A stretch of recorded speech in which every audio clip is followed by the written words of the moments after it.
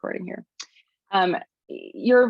You're feeling stressed, you're feeling a little bit down, and there's a lot of, continued just uncertainty that's coming down the pipeline. And, as obviously as an early stage brand, that's just a lot to manage. And so I thought I would switch things up today and bring in Bre, who was the founder of Radical Girl Gang. She is an incredible person. I really wanted you all to connect with her and hear her story. Some of the things I wanted to talk through today is mental health for founders, as well as I think there's a few of you that are struggling with the F word, which is fail. And so I would like to just tackle these, these emotions, these topics head on, and bringing in Bre to talk to you all. So I'm just going to pass it off to Bre. We're going to do some storytelling here and then just have an open discussion. And yeah, so I'm going to hand it off to Bre. Thanks for being here, Bre. Katrina, thank you so much for that intro. You're awesome. I'm so excited to be with all of you today. Truly, there is nothing in the world that I love more than meeting and working with early stage founders in particular. So thank you for having me. And I am excited to get into my story. But before I do that, I actually wanted to share a quote with you guys. Because as I was thinking about this meeting today and kind of the topics that we're going to go through, and I really want to just take a deep breath and kind of normalize parts of this journey for all of you and be able to have a really open conversation. And I realized on my bulletin board over here that there's this quote that I literally haven't moved from my bulletin board for years, since I started my company, through the time I was scaling my company, and even afterwards, now that I've moved on to my next chapter. It is something that has really helped anchor me into my why and help me show up every day. And so I kind of thought this could be helpful for all of you. I just want to share it with you guys as kind of like a kickoff to this, if that's okay. So it's a Teddy Roosevelt quote. It's called "The Man in the Arena." Note that it was all written from the male perspective. So feel free to sub in your mind woman or whatever in terms of the language as I go through this. And also the wording's a little weird, so I might mess up in some spots, but this is it. It is not the critic who counts, not the man who points out how the strong man stumbles, or where the doer of deeds could have done them better. The credit belongs to the man who is actually in the arena, whose face is marred by dust and sweat and blood, who strives valiantly, who errs, who comes short again and again, because there is no effort without error and shortcoming. But who does actually strive to do the deeds, who knows great enthusiasms, the great devotions, who spends himself in a worthy cause, who at the best knows in the end the triumph of high achievement, and who at the worst, if he fails, at least fails while daring greatly, so that his place shall never be with those cold and timid souls who know neither victory nor defeat. So I wanted to share that because I commend all of you for being here in the first place. And I think the journey of entrepreneurship is such a roller coaster. There's so many highs and lows. And as we get into this convo, I want us all to take a deep breath and remember why we're here. The act of entrepreneurship is so brave. And the work that you guys are doing, regardless of the outcome with your businesses, is so worthwhile. And that is really what I'm here to talk to you about today. So hopefully that resonated for some of you. But I will go ahead and jump into more of my own personal story and who the heck I am. So I am the founder and CEO, former founder and CEO of Radical Girl Gang. And for those of you who aren't familiar with us or not based in Austin, we are the leading marketplace to shop emerging women-owned brands. And so I was really inspired to start this business after learning about the female leadership gap and the fact that the male to female CEO ratio still to this day is 19-1. And as someone who has been really passionate about business and entrepreneurship, the more that I dove into this, the more disturbed I was, and the more that I felt deeply called and deeply catalyzed to create some change. And so ultimately, I wanted to create Radical Girl Gang because I wanted to create a platform that celebrated and amplified emerging women-owned brands.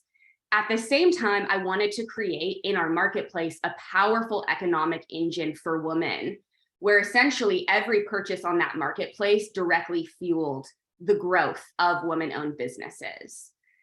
So that was a lot of my inspiration, and I'll share a bit more about the steps of the journey, but just to kind of paint it for you guys, we were kind of like an Etsy, but for women-owned brands specifically.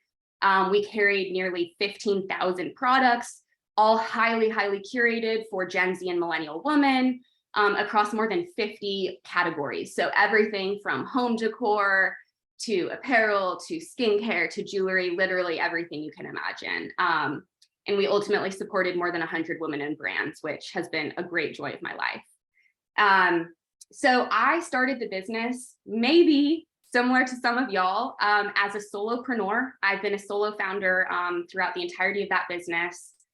I had $0 in the business bank account, not a lot more than that in my personal bank account, and ultimately launched the business in 2020 and bootstrapped through that entire year. And the way that I did that was truly by taking all of the profits that we made, starting at ground zero, and reinvesting those back into the business. I also took on a consulting job that entire first year until I was able to afford to work on the business full time. After that first year, we saw such exciting traction. There were a lot of very clear indications of product market fit. We scaled revenue by 12x. And so my fundraising journey in order to fuel that next chapter really started more in 2021. So last year.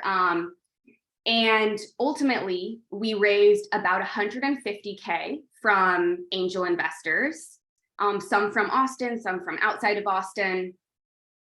But ultimately, this whole time, we were working towards a really critical funding target of $500K in order to make our business model work and enable us to continue scaling the business in the long term.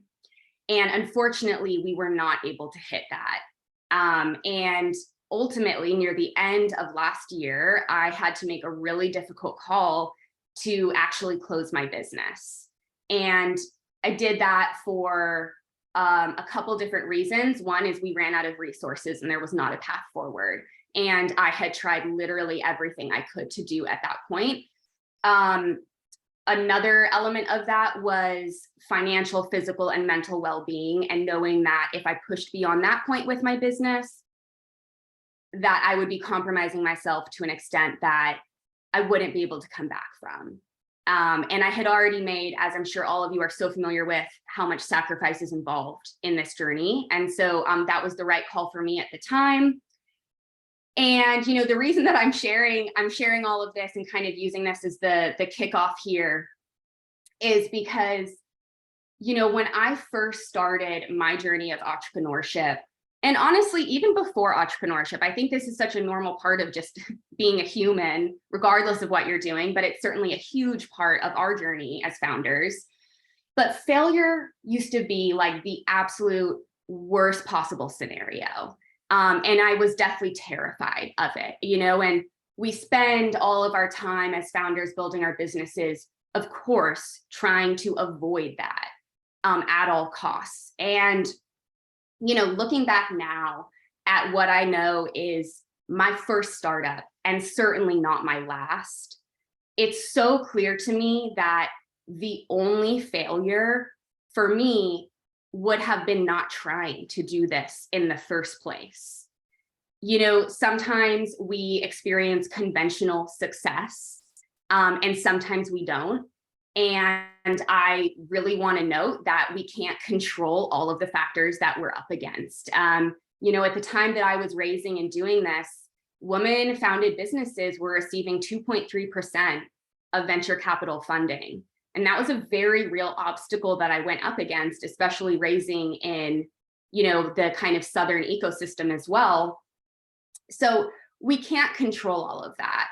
But in my opinion and in my experience, having gone through this and come out the other side, it's always worth it to try. And that is a big part of, why I'm passionate about sharing my story, because I love supporting entrepreneurs, and I want you all to, if you take anything away from this conversation, to feel confident that just you trying and being brave and daring greatly and continuing on this journey, it matters.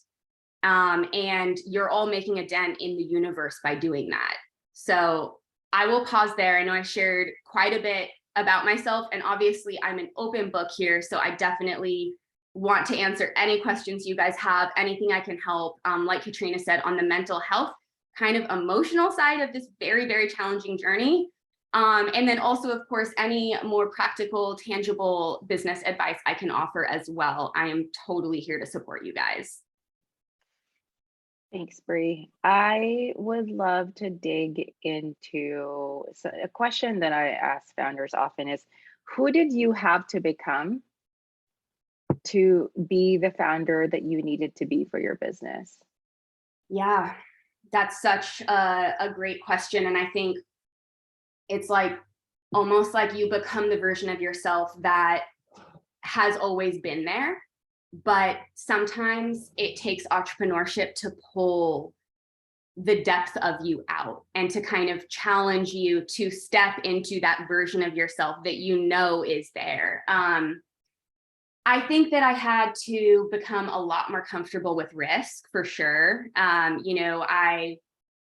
I've always been a risk taker in certain ways, but entrepreneurship definitely challenged me to become comfortable with a much higher level of uncertainty than I've ever had to deal with. Resilience has been a huge part of my journey. You get rejection literally every day. And I think being able to start to frame that in a way that's, if I'm not getting rejected, then I'm probably not doing enough, or I'm not putting myself out there enough. So, really kind of taking those failures and rejections as something that you've earned because you are trying and you are striving and you are taking action is something that benefited me a lot in just being able to find the tenacity to get up day after day when sometimes you feel like you've been run over a semi truck the day before, And then I think, of course, grit is a huge part of the journey, but one of my biggest learnings was about the value of taking care of myself, honestly, as a founder. And that was both during, as I was running my business, and after I decided to close my business. That was part of why I made that decision at the time. And what I mean by that is your mental, emotional, physical health as a founder is the most important thing to your business. And I really hope that like sinks in, because, I was absolutely that quintessential founder who at the start of my journey, I was, of course, we're always working a lot as business owners, but I was around the clock. I was not prioritizing taking time for myself. I was placing my business above myself constantly. And what I learned through that journey was that my business is going to benefit so much more when I take care of myself first and foremost. And I can make sure that I'm getting enough sleep, I'm eating regular meals, I'm reaching out to my friends who are also fellow founders and entrepreneurs for emotional support when I feel really shitty. All of those things were huge learnings and kind of parts of, I think, who I had to ultimately grow into through the journey. Yeah. And there's a few folks here that are also balancing a full-time job and getting their business off the ground. And so I'd love for you to talk through how did you did you balance that? What exactly were you prioritizing, right, during that time? Because there's a lot of priorities. You're trying to balance your mental well-being, you have your daily job responsibilities, but there's also the pressures of trying to build a successful business. So, I mean, all of that is just like a recipe for feeling terrible about yourself, because essentially you just like never feel good enough. And I'm saying this as someone that has founded a few businesses myself, right? So I totally understand all of those feelings, but I'd love for you to just talk through that. Yeah, totally. So here's like how it kind of worked for me. And yes, juggling is a big part of the journey, especially at the beginning. I actually started Radical Girl Gang when I was working at another startup. And when I say I started it, it was kind of like its first iteration, which was actually as more of a lifestyle brand. And so at that time, I was very much working a full-time job and I was side hustling with this, but not as my primary source of income, as more of an entrepreneurial experiment and outlet at the time. And so I was, building the community, I was designing products, but I was still, first and foremost, working this pretty demanding full-time startup job. And so it was very much, I think at that time, like I had just so much pure inspiration and passion and energy that it was like mornings, nights, weekends, like any time that I had to dedicate to this, I was. And I think because we were before that point where, shit gets real as you continue to build your business, and you're not just doing things for fun, you're also doing things because you need to make it profitable and scale it. And, maybe you're trying to get funding and whatnot. And so I did that for like almost a year of growing the brand. And at a certain point for myself, I realized that it was not going to be possible for me to like take that full leap into entrepreneurship while keeping this full-time job. And I kind of saw myself living these like two lives. One was what I called corporate Bre, and one was like entrepreneur Bre. And I was at a fork in the road myself. And it ended up being the right time for me to say, I'm doing it. I'm going to make this work. I'm going to see how far I'm able to get with this vision, because I knew that there was so much more there and that I just wouldn't honestly be able to live with myself if I didn't see that through. And so I think that was in like 2019. The way I did it from there was I ended up enrolling in Founder Institute. So somewhat of a similar program here. It was kind of an accelerator program, business acumen program, to sort of work on the fundamentals of my business. So I was juggling that during the week. Like I said, I also took on consulting. And so I was working, part-time in order to be able to just bring in more money and income and not have to worry about, funding the business with my own money at that time. And I was working on growing the business. So that was definitely like such a big time of juggling. And I will say, I think for myself at that point in the journey, I also was not as good at doing that.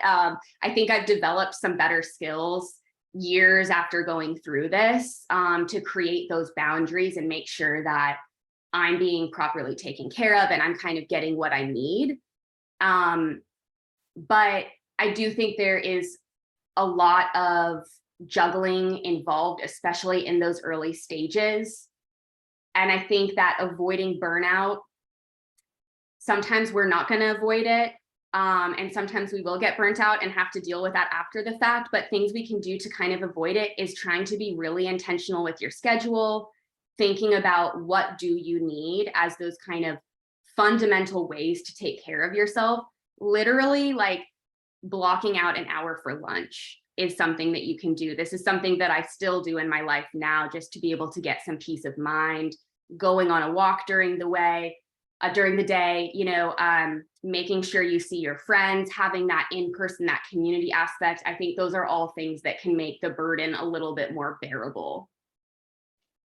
Well, there's this general feeling, though, as you're kind of doing all that, that you can't. Yeah. You can't do that. that you can't eat lunch. Yes. You know, that Yes. I'm sure Yeah, when you said exactly. that you take an hour, I'm sure some people here were like, oh my God, a whole hour No, I know. And for that's, eating. I so agree. And I think that's what I'm here to say is take an hour for your lunch. Like, I also thought I was not allowed to do those things for a very long time. And it's also not what we tell entrepreneurs. We tell entrepreneurs harder, better, faster, stronger. But that's not actually the truth, because what I have found is that taking care of yourself enables you to show up as the truest version of yourself. And it empowers you to be able to respond to all of this with like much more ease, oftentimes much more grace. It makes you more resilient and able to take on more and navigate things with a clearer mind. So yeah, I can't stress that enough. Like, what we've been told about how we have to do things as entrepreneurs, I don't believe or agree with, having gone through this myself. Yes, absolutely, you need to work hard, but you also need to get a good night's sleep. So prioritizing those things is not just going to pay off in you feeling better, it will also pay off in dividends in how you run and manage your business, your team, and beyond. Yeah, let's talk about money, because a lot of the fear, right? A lot of the stress is based in around financial needs, right? Keeping ourselves alive as we're trying to live this dream that, you know, Yes. we're trying to live. So what did you know, outside of consulting, what are some of the other sources of capital that you tried to unlock? I mean, I remember, you know, I've had times where I'm like sitting around my house looking around to see what I can sell. Hey, that's, yeah, absolutely. I've been there. I'm like, that laptop from like I don't need 7 years ago, does that still turn on? Maybe I can get Yeah. like $100 from that. What's the So retail value of that? but let's talk about that, because we can't talk about mental health and, you know, who we're trying to be as a founder and as a leader without talking about that, because that's such a huge constraint. So it is a huge constraint, and y'all, I have been there, so I feel it.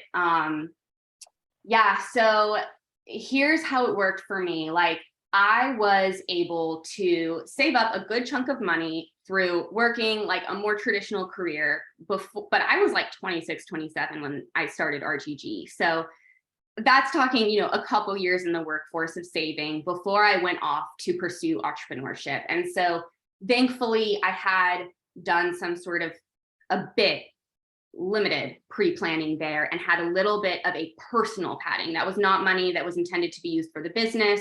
It was really just money that I was intending to save as like a cushion as needed, knowing that my income was going to be drastically different than what it was before.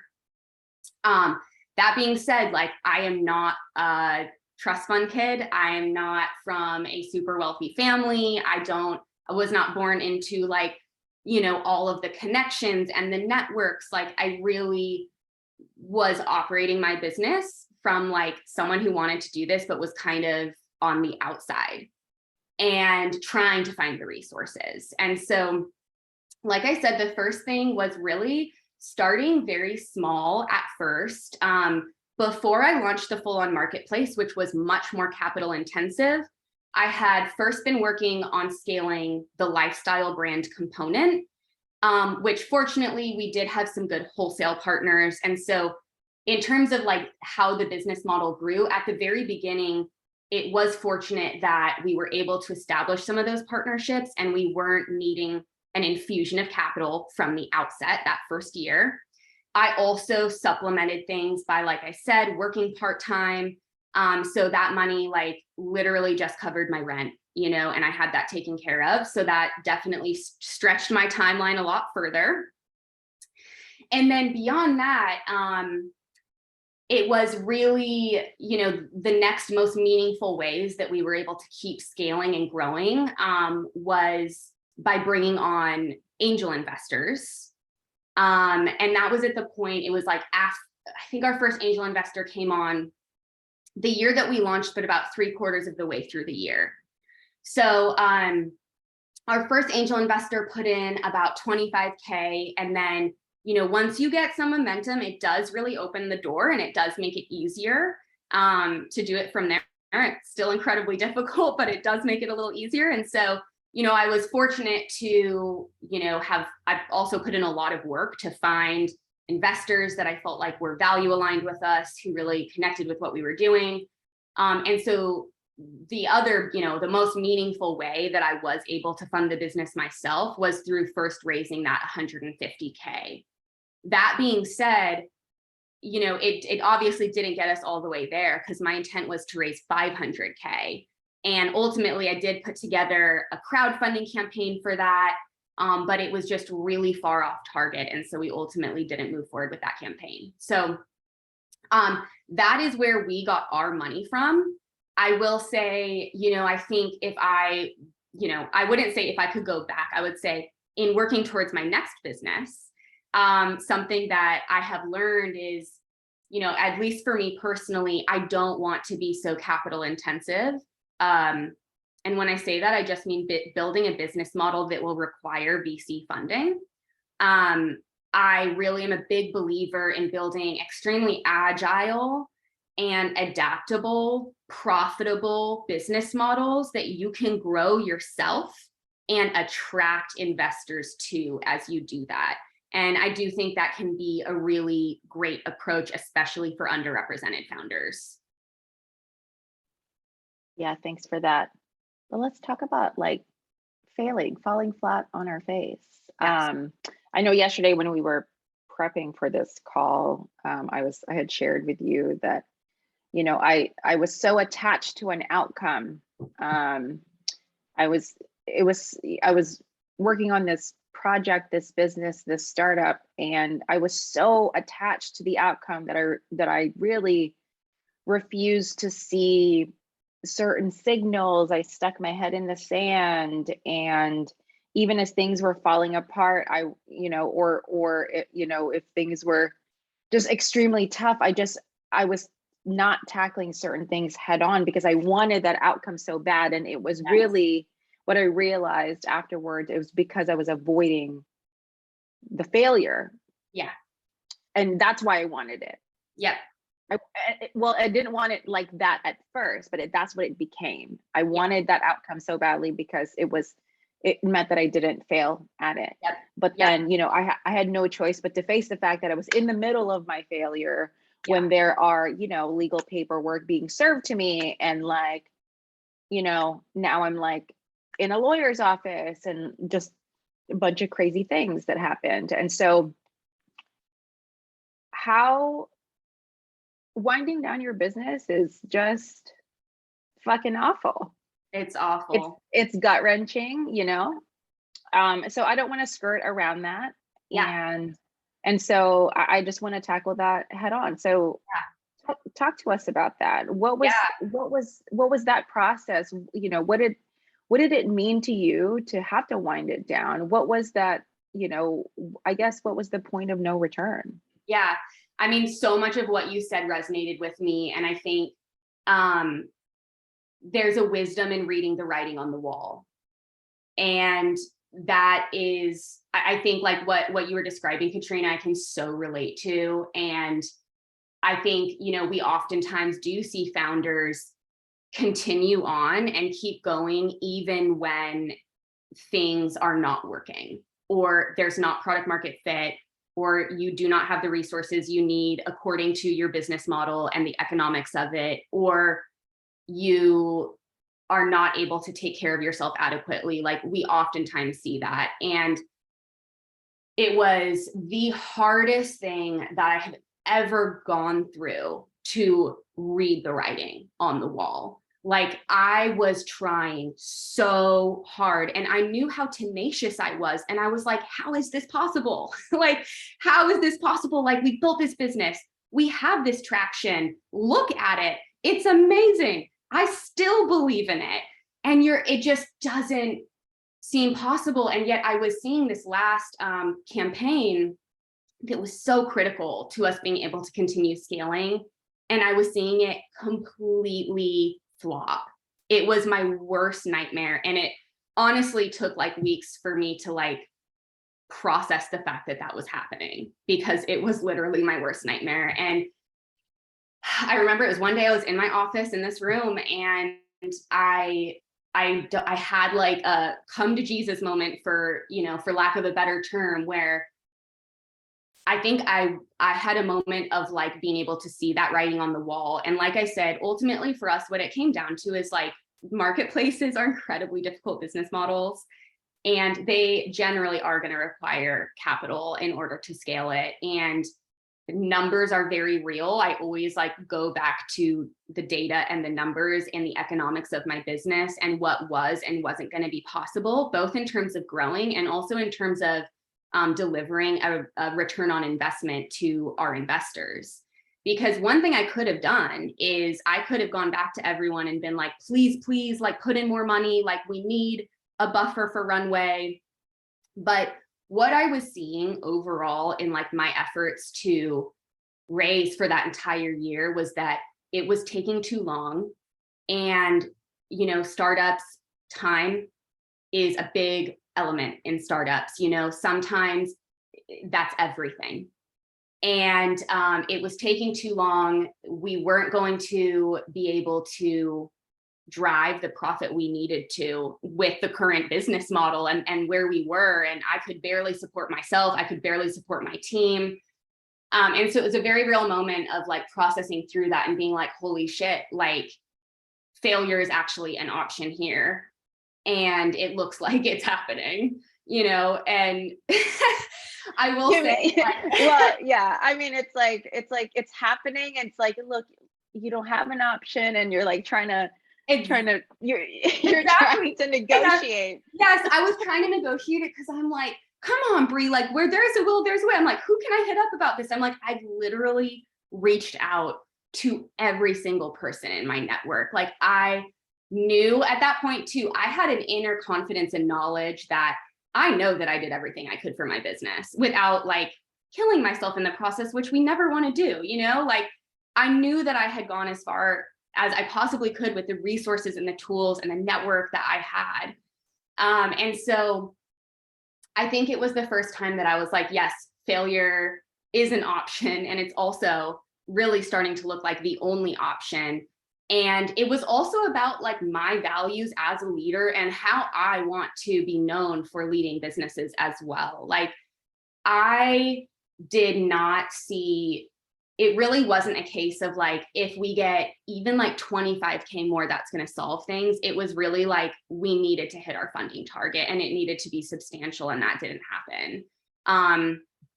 And so it was like, honestly, 100 times worse than a breakup. It was like the worst feeling ever. I just remember being devastated in that moment, looking at what was happening and finally accepting it. If acceptance is even the right word, I think grappling with it is probably better. Yeah. But I will say, like, after I spent a couple days like beginning to process through this, talking to some of my advisors, and I will say, like, use your advisors, use your amazing mentors. During those difficult times, that's what they're there for, to support you. And I ended up meeting with one of my lead investors, who's actually the former CEO of Retail Me Not. And he is a phenomenal entrepreneur who also is no stranger to failure, as none of us real entrepreneurs are. And nobody succeeds the first time. It's so true. And I sat down with him to discuss this, and it was so hard for me because I also just had so much gratitude for him and like respect for him. And like, all I wanted to do was keep working on this business for my investors. And, he was just so graceful in that conversation. And it was just very much, it's almost like he gave me permission to fail. And I want to do that for other people. He shared his own experience as, I said, oh, he was the CEO of Retail Me Not. He took the company public in 2013. Well, before that, he had several failed businesses, and as we talked it out, and like, he was like, Bre, like, I know you've been struggling, not just recently. He's like, it's been constant. Like, it's been a year of this. And he's like, honestly, just stop. And, he was like, you know, it's okay. Like you're going to work on another business. Like you learned so much from this. Again, I'm so grateful to have had such just really value aligned investors who understood the risk of the work that we were doing and how difficult it was going to be. And so I think that conversation helped me a lot in just getting some more clarity on the thing is, like, I knew in my gut that it was the right decision.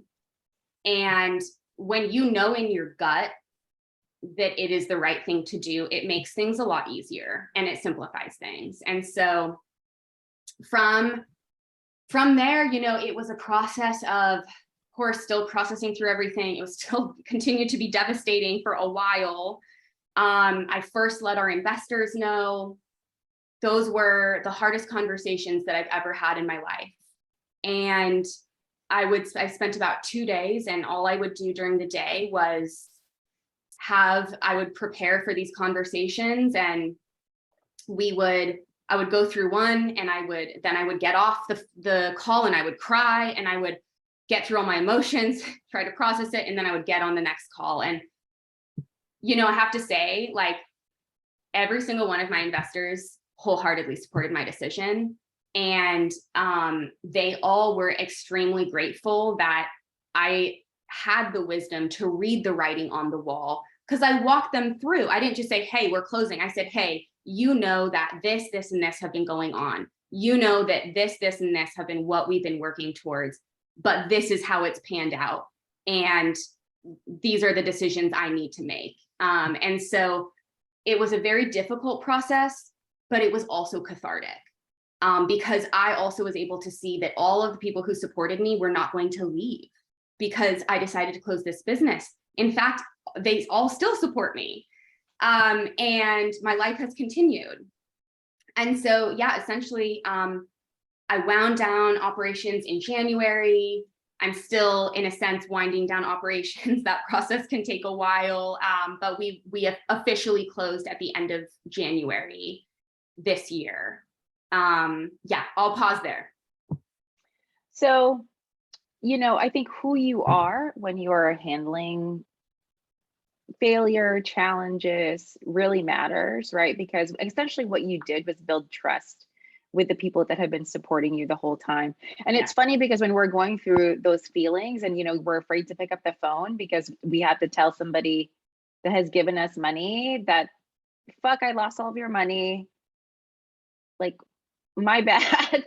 You know, like it's really hard to pick up the phone, but the fact that you do that and I think we think that we're the only ones having to do that. They probably had 10 other terrible conversations that day that are completely unrelated to you. So I think there's also this, like, you know, like the first person syndrome, right? Of like, you are the main character of your life. So you don't even think about what that investor is probably like even thinking about. There's a bunch of other shit that they're thinking about. And I also just want to reframe failure in the sense that we've all already failed along the way. Even in the middle of you working on your business right now, there have been failures along the way. And what I mean by that, I think, you know, kind of going back to Funky Mellow when they were also here, they've failed around 3 times before they found product market fit. It's all in the same business, but there were all different failures, right? Because they've and maybe we start to change that language to pivot. You pivoted your product, you pivoted your model, whatever the case may be, because I think the worst thing to do, I think failure is only real when you don't take the opportunity to learn from it. And Bre, basically, you know, this failure, it's like you died, right? But like, how many times have you died already? I mean, I've died at least 4 times, completely ruined like myself financially 4 times. But you know what? I get up every time. I'm like still here. You know, like, You keep I'm living. able to, like, you keep living, right? And so tell us what you have learned since then. Like, how has this changed your life?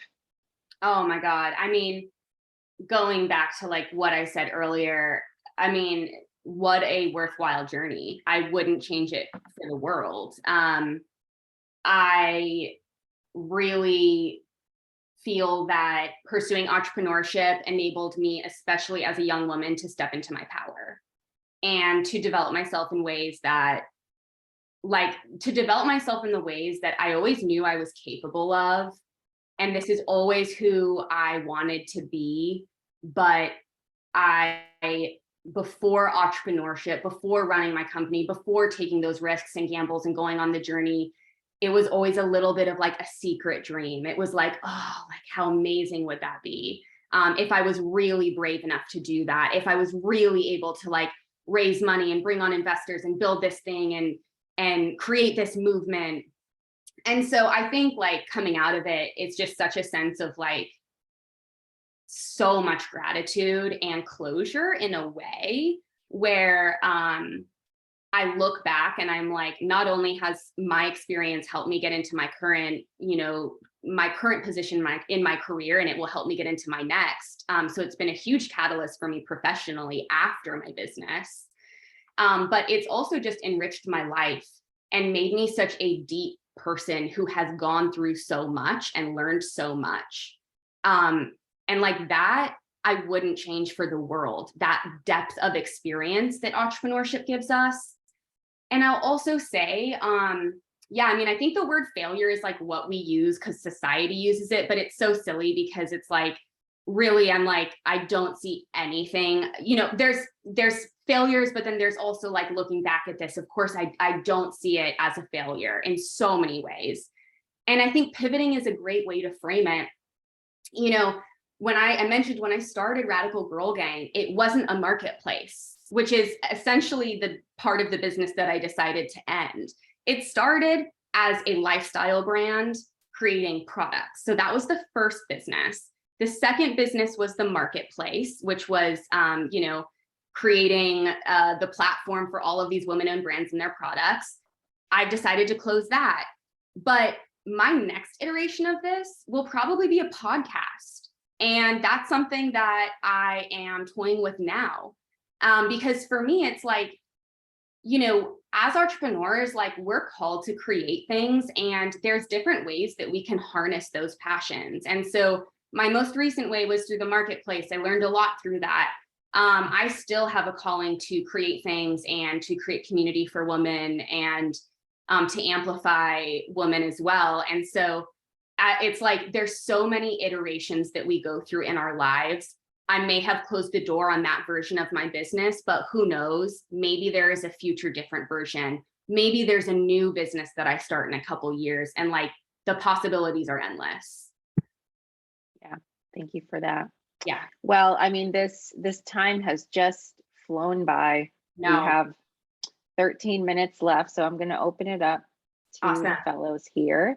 Awesome. Fellows, do you have any questions for Bre? Do you have anything that you'd like to share around how you're feeling? I mean, we're here to support you, and yeah, let's just talk. Go ahead, Dwayne.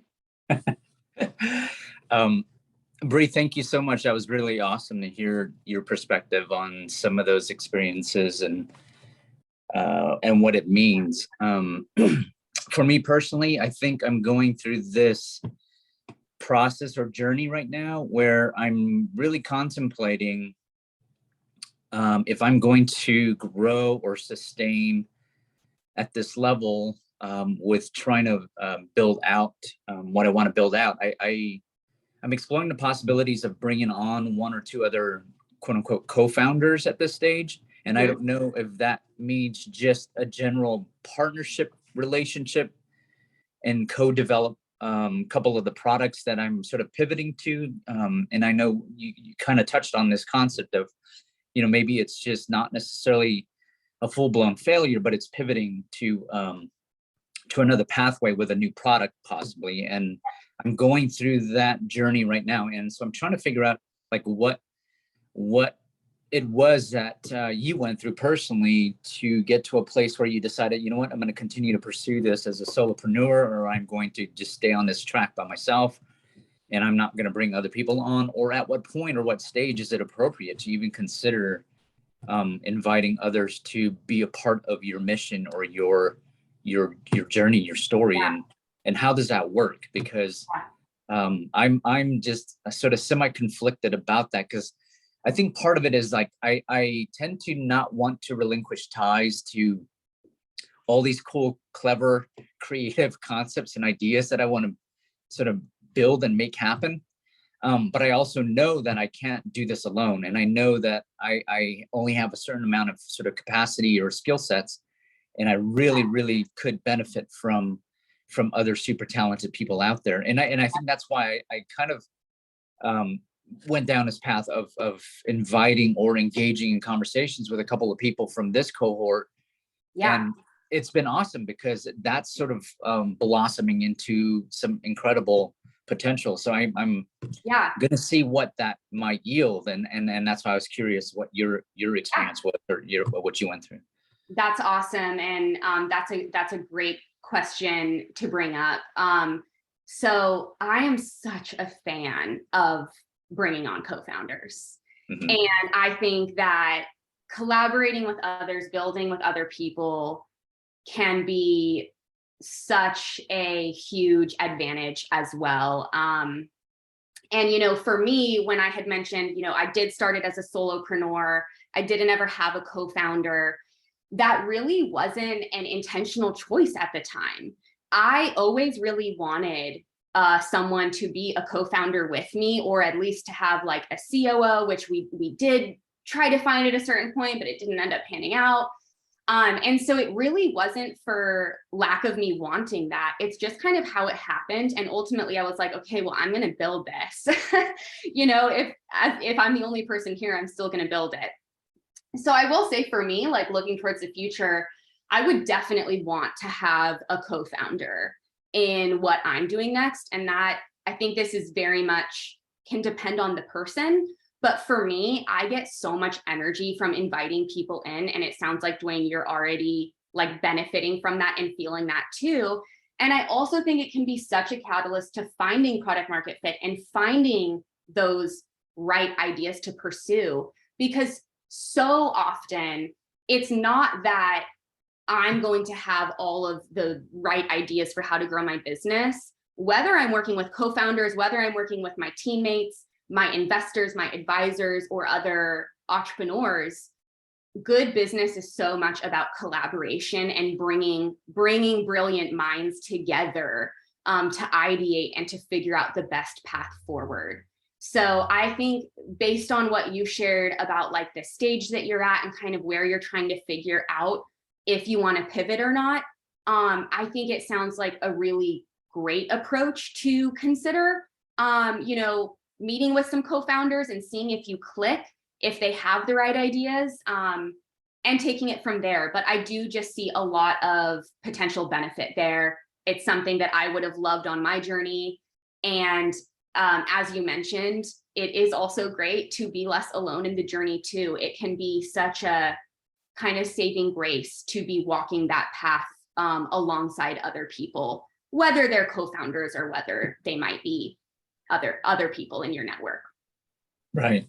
Thank you. Yeah, that was awesome. I have a bunch of other questions too, but I'm gonna awesome. yield Well, my time for I'll share like my LinkedIn after this, or my email as well, or Katrina can share after this too. So if anyone here like has questions we don't have time to get to, I totally encourage you to follow up because I'd love to chat. Awesome. Thank you. Yeah. Thanks, Dwayne. Does anyone else have any questions, thoughts, feelings that they'd like to share? This is group therapy time, people. Yes. Are you feeling shy? This is RP. I have a question. So can I, and thank you for your honesty, and you're right. It's not always like roses and rainbows for entrepreneurs.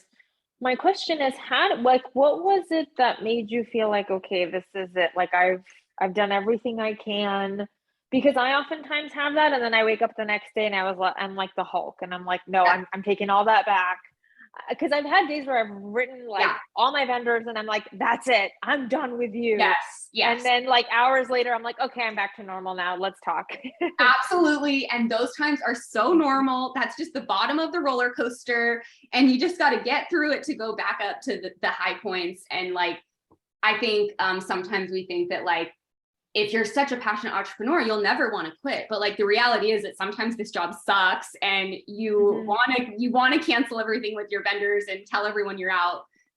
But you get a good night's sleep, you watch some crappy TV, and you wake up the next day and you're like back at it. So I had totally gone through those moments in my journey too. And I think what I knew was different is that it wasn't that. And it felt, and I knew that at the time.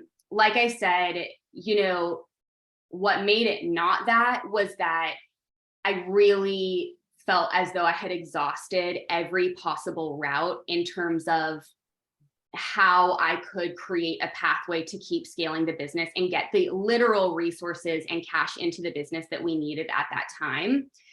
And I knew I was at a point personally where I had put, you know, I had been making pretty much nothing at the time.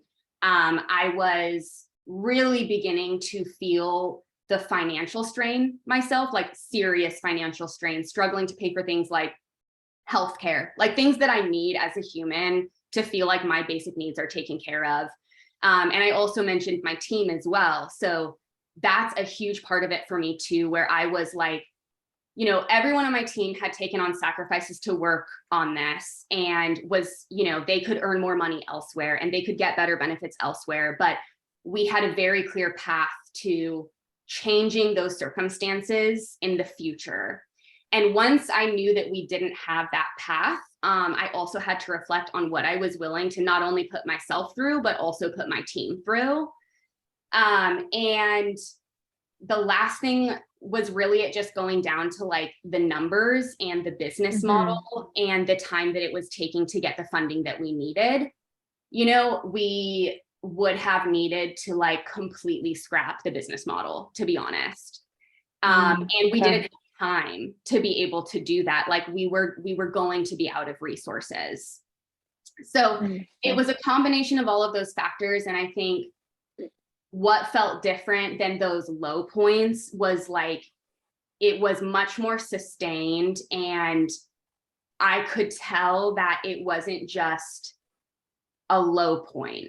It was like, as like Katrina and I were kind of talking about, it was sort of like reading the writing on the wall for me at that time, where it was like, this isn't going to swing back tomorrow and there's not really a viable path here. And what does that mean for me? What does that mean for Emma? What does that mean for my investors? Yeah. Okay. All right. Thank you. Yeah, of course. That was a great question. Well, we have 5 minutes left. Go ahead, Carmen. Hi, I really enjoyed everything you spoke about. It really touched me, especially going through this journey. And I was just wondering on how you've dealt with, I guess, at times I feel, you know, lack of confidence in myself, or, you know, just nervous to talk to people, and just owning yourself and being an entrepreneur and not feeling like an imposter. Oh, that's a great question. And, you know, imposter syndrome and feeling nervous is like so something that I can relate to. And it's definitely part of the entrepreneurial journey too. I mean, you're constantly doing things that you're not comfortable with or that you've never done before. And so it's a completely normal feeling. My best advice is to know that the fear oftentimes won't go away. You just have to move through it. It's like, feel the fear, feel the nerves, feel the lack of confidence, but put a sticky note up on your mirror that says you're whatever, like you're a badass, you're amazing, like whatever kind of affirmation you need, look yourself in the mirror and get on that call and do it. And it's like, the more that you push yourself out there and you get through those moments of fear and discomfort, the easier it does become to do those things. And the more you can kind of reaffirm to yourself, okay, like that actually went really well. Like that wasn't the worst case scenario. I also think it's a balance of, do not look for your worth and validation in other people ever. Like, you provide that to yourself. You are worthy and valuable and smart and talented at what you do. in your own right, not because anyone else is going to like give you that validation or not. Because sometimes you'll have a conversation when, you know, you're like, feel so affirmed and you're like, absolutely, I feel so good about this. I got a lot of validation on your business and that makes you feel really good. Sometimes the call won't go well. And it's an investor who's like, this doesn't make sense to me. Like, have you done this, this, or that? Or I saw this other business that's way, you know, way beyond where you are.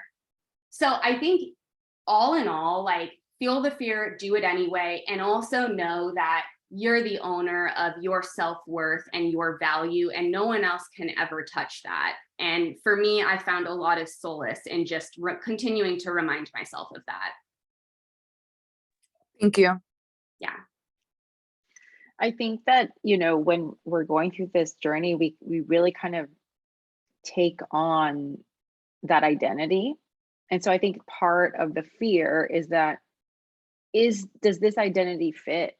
Right? Am I a real entrepreneur? You know, you have, those are some of the things that you feel. And Carmen, kind of going back to your thoughts and feelings, there's nothing that builds confidence more than getting through the struggle. You know, I think the challenges that you face builds confidence, because it turns out you like won't die.